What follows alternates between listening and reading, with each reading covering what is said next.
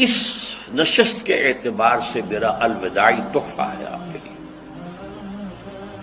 اور وہ یہ کہ میری جو دینی، ملی، تاریخی، سیاسی، عمرانی جو سوچ ہے، جو فکر ہے میرا، جو 50 برس سے زائد عرصے کے مطالعے اور غور و فکر پر مبنی ہے،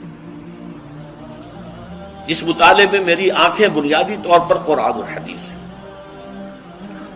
لیکن یہ کہ دنیا کا مشاہدہ، کھول آنکھ، زمین دیکھ، فلک دیکھ، فضا دیکھ، دنیا میں کیا ہو رہا ہے، کیا کیا عوامل ہیں، ماضی کیا تھا، ہم کہاں کھڑے ہیں، اب کہاں جانا ہے، اس پر میری ایک سوچ ہے، میرا فکر ہے۔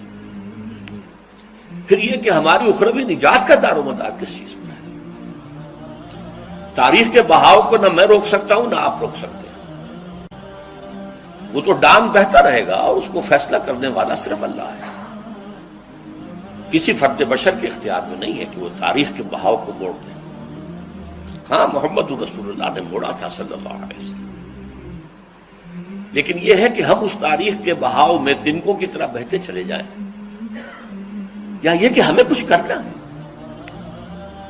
اس اعتبار سے میں اپنے فکر کا خلاصہ آج آپ کی خدمت میں پیش کروں گا، وہ میرا اس سلسلہ اجتماعات کے اعتبار سے الوداعی تحفہ ہوگا۔ اب میں آغاز کر رہا ہوں۔ پہلی بات، اس سبب میں 3 باتیں مجھے کہنی ہیں۔ سب سے پہلی بات یہ کہ زندگی کی سب سے بڑی حقیقت موت ہے۔ ہم بھلائے رکھتے ہیں، اپنے ذہن سے اسے دور رکھتے ہیں، لیکن واقعہ یہ ہے کہ زندگی کی سب سے بڑی حقیقت موت ہے۔ خدا کے منکر پیدا ہوئے ہیں، لیکن موت کا انکار کرنے والا تو کوئی پیدا نہیں ہوا۔ اس لیے میں نے آیت آپ کو سنائی، کل نفس ذائقۃ الموت، ہر سی نفس کو موت کا مزہ چکھنا ہے، ہر جاندار کو موت کا مزہ چکھنا ہے۔ ثم الینا ترجعون، پھر ہماری طرف لوٹا دیے جاؤ۔ تو زندگی کی سب سے اہم حقیقت موت، اور موت کے بعد رجوع اللہ، آخرت، یہ سب سے بڑی حقیقت ہے۔ ایک حقیقت سب مانتے ہیں، سب جانتے ہیں، دوسری حقیقت کے اوپر پردہ پڑا۔ میں نے اس اعتبار سے نوٹ کیا، یہ الفاظ قرآن میں 3 مرتبہ ہے، کل نفس ذائقۃ الموت، ہر جاندار کو موت کا مزہ چکھنا ہے۔ انبیاء اس سے مستثنا نہیں رہے، رسول اس سے مستثنا نہیں رہے، اولیاء اللہ مستثنا نہیں رہے۔ وقتی طور پر استثناء حضرت عیسیٰ کا ہے کہ ابھی وہ زندہ ہے، لیکن عیسیٰ یاتی علیہ الموت، حضور نے فرمایا عیسیٰ پر بھی موت آئے گی، جب دوبارہ آئیں گے، زمین پر اتریں گے، پھر اس کے بعد ان پر موت وارد ہوگی، ان کی نماز جنازہ پڑھی جائے گی، انہیں دفن کیا جائے گا حضور کے پہلو میں، شادی بھی کریں گے، اولاد بھی ہوگی۔ باقی تو یہ ہے کہ کل نفس ذائقۃ الموت، سب کو موت کا مزہ چکھنا ہے۔ عیسیٰ بھی بالآخر اس سے مستثنا نہیں رہیں گے، بلکہ قرآن میں ایک جگہ کہا گیا ہے أَفَإِن مِتَّ فَهُمُ الْخَالِدُونَ، کیا ہے نبی، اگر آپ کا انتقال ہو گیا تو یہ کیا ہمیشہ رہیں گے؟ کون ہے دنیا میں جو ہمیشہ رہے گا؟ انتقال تو ہونا، آپ کا بھی ہونا ہے۔ إِنَّكَ مَيِّتٌ وَإِنَّهُمْ لَمَيِّتُونَ، یہ تو مختصر ترین الفاظ تھے۔ اس سے آگے بڑھیے، سورہ انبیاء میں فرمایا كُلُّ نَفْسٍ ذَائِقَةُ الْمَوْتِ وَنَبْلُوكُمْ بِالشَّرِّ وَالْخَيْرِ فِتْنَةً وَإِلَيْنَا تُرْجَعُونَ، ہر جاندار کو موت کا مزہ چکھنا ہے، اور اس سے پہلے پہلے ہم تمہیں آزماتے رہیں گے، خیر کے ذریعے بھی، بھلائی دے کر، صحت دے کر، دولت دے کر، اولاد دے کر، شہرت دے کر، اور برائی کے ذریعے سے بھی، تنگ دستی دے کر، بے عزتی دے کر، اہانت دے کر، ذلت دے کر، وَإِلَيْنَا تُرْجَعُونَ، اور پھر ہماری طرف لوٹائے جاؤ گے۔ یہ وہ دوسری حقیقت جو میں نے کہا کہ جس پر پردہ پڑا ہوا ہے، بہت بڑا پردہ ہے۔ لوگ یہی سمجھتے ہیں کہ یہی دنیا کی زندگی ہے۔ قرآن کہتا ہے إِنَّ الدَّارَ الْآخِرَةَ لَهِيَ الْحَيَوَانُ لَوْ كَانُوا يَعْلَمُونَ، یہ تو آخرت والی زندگی ہے جو اصل زندگی ہے، کاش کہ انہیں معلوم ہوتا۔ اس سے بھی زیادہ تفصیل سے یہ آل عمران میں آئی ہے آیت۔ کل نفس ذائقۃ الموت وانما توفون اجورکم یوم القیامہ، ہر جاندار کو موت کا مزہ چکھنا ہے اور پھر تمہیں پورا پورا تمہارا اجر اور بدلہ دے دیا جائے گا قیامت کے دن۔ فمن زحزح عن النار وادخل الجنۃ فقد فاز، جو کوئی آگ سے بچا لیا گیا اور جنت میں داخل کر دیا گیا وہ تو کامیاب ہو گیا۔ اللہم ربنا اجعلنا منہم، اللہم ربنا اجعلنا منہم، اللہم ربنا اجعلنا منہم۔ وما الحیات الدنیا الا متاع الغرور، اور دنیا کی زندگی تو سوائے دھوکے کے سامان کے اور کچھ نہیں ہے۔ دھوکہ کس معنی میں؟ یہ تمہیں اصل زندگی سے غافل کر دیتی ہے۔ تم کہیں سفر پر جا رہے تھے، تمہارا کہیں گھر تھا، تمہیں واپس آنا تھا، تم راستے ہی میں کسی دلچسپی میں ایسے مگن ہوئے کہ گھر بار سب بھول گئے۔ یہ تو تمہارا عارضی سے سفر تھا، تم نے اسی کو اپنی منزل بنا لیا، اپنا ٹھکانہ بنا لیا، تو دھوکہ دیا اس نے تمہیں۔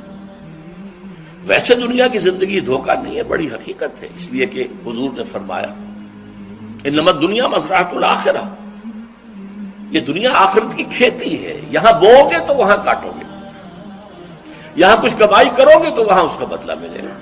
اس اعتبار سے دنیا بہت بڑی حقیقت ہے، ایک ایک لمحہ بہت بڑی قیمتی شے ہے، لیکن اگر یہ دنیا تمہیں آخرت سے غافل کر دے تو اس سے بڑا دھوکے باز اور کوئی نہیں۔ یہ اصل دجال ہے۔ میں نے تقریباً 60 برس کی عمر کو جب میں پہنچا تھا تو موت کا انتظار شروع کر دیا تھا۔ میرے قریبی احباب کو معلوم ہے، میں کہتا رہا، یہ بھی کہتا رہا کہ بھائی میں اپنے حصے کا کام کر چکا، جتنی صلاحیت اللہ نے دی تھی، جتنی بھی میرے اندر استعداد تھی، میں اس کو بھرپور طریقے پر استعمال کر چکا۔ دم واپسی برسر راہ ہے عزیز و اب اللہ ہی اللہ ہے، یہ میرا معاملہ رہا ہے 60 برس کی عمر سے۔ اس کے بعد اللہ نے مزید 14 برس دیے ہیں، یہ نافلۃ لک کے درجے میں کہتا ہوں، اس کا اللہ کا عطیہ خصوصی ہے، نفل ہے، ہمیشہ کہتا رہا ہوں۔ مسنون زندگی تو 61 برس ہے ہمارے حساب سے۔ علامہ اقبال کے بارے میں سنا ہے کہ رویا کرتے تھے کہیں میری عمر حضور کی عمر سے زیادہ نہ ہو جائے۔ وہ 6 مہینے کم ہی رہی ہے حضور کی عمر سے۔ جو حضور کی عمر تھی وہی حضرت ابو بکر کی، وہی حضرت عمر کی، وہی حضرت علی کی۔ ہاں، حضرت عثمان 82 برس کے ہوئے ماشاءاللہ۔ پھر یہاں کے مجددین میں سے وہی عمر حضرت شیخ احمد سرہندی کی، وہی شاہ ولی اللہ دہلوی کی۔ ہاں، شیخ عبدالحق محدث دہلوی رحمۃ اللہ علیہ 82 برس کے ہوئے۔ لیکن یہ میں کہا کرتا تھا مسنون عمر تو 61 برس ہے، جسے ہم 63 کہتے ہیں وہ اصل میں ہمارے حساب سے 61 بنتا ہے۔ وہ 63 قمری ہے، جو 9 دن کم ہے، قمری سال جو ہے وہ شمسی سال سے۔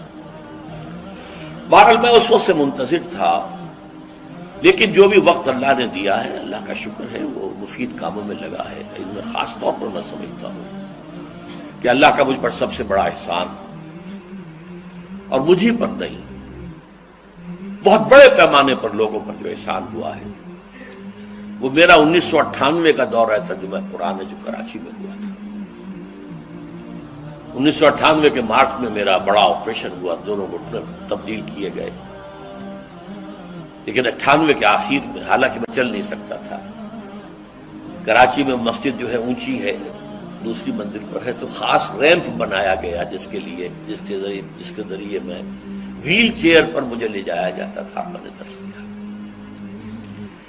اس درس کی گزشتہ چند سالوں سے پوری دنیا میں جو گونج ہوئی ہے اللہ کے فضل و کرم سے، اللہ کوئی حکمت خداوندی اس کے ساتھ وابستہ ہے۔ اس میں میرے کسی کام کو دخل نہیں ہے، میری کسی کوشش کو دخل نہیں ہے۔ میں نے تو جو درس میں دیتا آ رہا تھا سن 85 سے دورہ ترجمہ قرآن، البتہ یہ بات ضرور ہے کہ میں نے محسوس کیا تھا کہ سن 98 کے اس درس میں دورہ ترجمہ قرآن کے مجھے خصوصی انشراح حاصل تھا۔ میری ساری گفتگو کا حاصل کیا ہے؟ دیکھیے، نظریاتی تحریکوں کا تعلق اشخاص سے نہیں ہوتا، ٹھیک ہے، کوئی اس کا داعی ہوتا ہے، کوئی اس کا مؤسس ہو جاتا ہے، کوئی اس کا آغاز کرنے والا ہوتا ہے، لیکن نظریاتی تحریک افراد سے وابستہ نہیں۔ افراد آتے چلے جاتے ہیں اپنا اپنا حصے کا کام کر کے، جس کو جتنا مقدر ہے، جس کی اللہ تعالیٰ کی طرف سے توفیق ہے، وہ اپنا کام کرے گا، چلا جائے گا۔ یہ چمن یوں ہی رہے گا اور ہزاروں جانور اپنی اپنی بولیاں سے بول کر اڑ جائیں گے۔ مبارک ہیں وہ لوگ جنہیں قرآن کی بولی بولنا نصیب ہو جائے۔ وَإِنْ يَحْسَبُ أَنِّي مِنْهُمْ، مجھے گمان ہے، اللہ کا فضل ہے کہ میں ان میں سے ہوں، میں نے قرآن کی بولی بولی ہے، اور قرآن مجید کو جیسا کہ وہ ہے ایز اٹ از،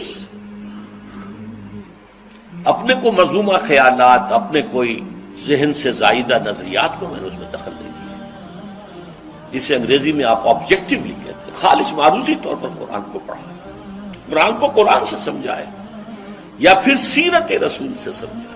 میں لفظ سنت کی بجائے سیرت استعمال کر رہا ہوں۔ قرآن مجسم حضور تھے صلی اللہ علیہ وسلم، اور حضور کی سیرت اور حیات جو ہے وہ قرآن مجید کی اصل تفسیر ہے۔ یہ حقیقت بھی بہت کم لوگوں کے علم ہے۔ وہ احادیث کا نام تو لیتے ہیں، احادیث نہیں ہے، سیرت بھی تو احادیث ہی سے ہمیں ملتی ہے، لیکن میں خاص طور پر سنت یا حدیث کی بجائے سیرت کا استعمال۔ قرآن کی دو سورسز ہیں، قرآن خود اور سیرت رسول صلی اللہ علیہ وسلم۔ دین کی بات پھیلانا صدقہ جاریہ ہے، ثواب کی نیت سے ویڈیو کو شیئر ضرور کیجیے۔ جزاک اللہ۔